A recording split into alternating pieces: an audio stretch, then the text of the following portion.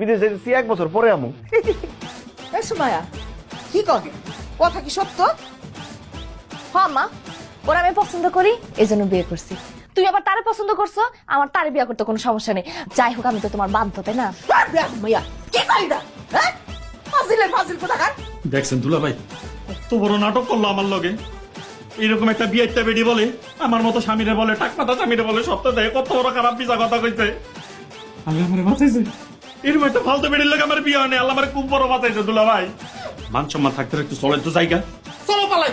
যা টাকলা করে টাকলা বাইরো বাইরো বাইরো। কি আইছে বিয়া করতে? আমারে বিয়া করতে আসছি উনি। তোমার শালা বাটা এমন করছ কে? ওই গোলামের পুত গোলাম, তুই অক্ষুনি আমার মায়ের তালাক দিবি, অক্ষুনি গোলামের পুত। 11 মাস কষ্ট করে প্রেম করছি, আপনার হাতে ঝাড়ু বাড়ি খেয়েছি, তালাক দেবেন লিখে? তাহলে তুই আর তালাক দিবি?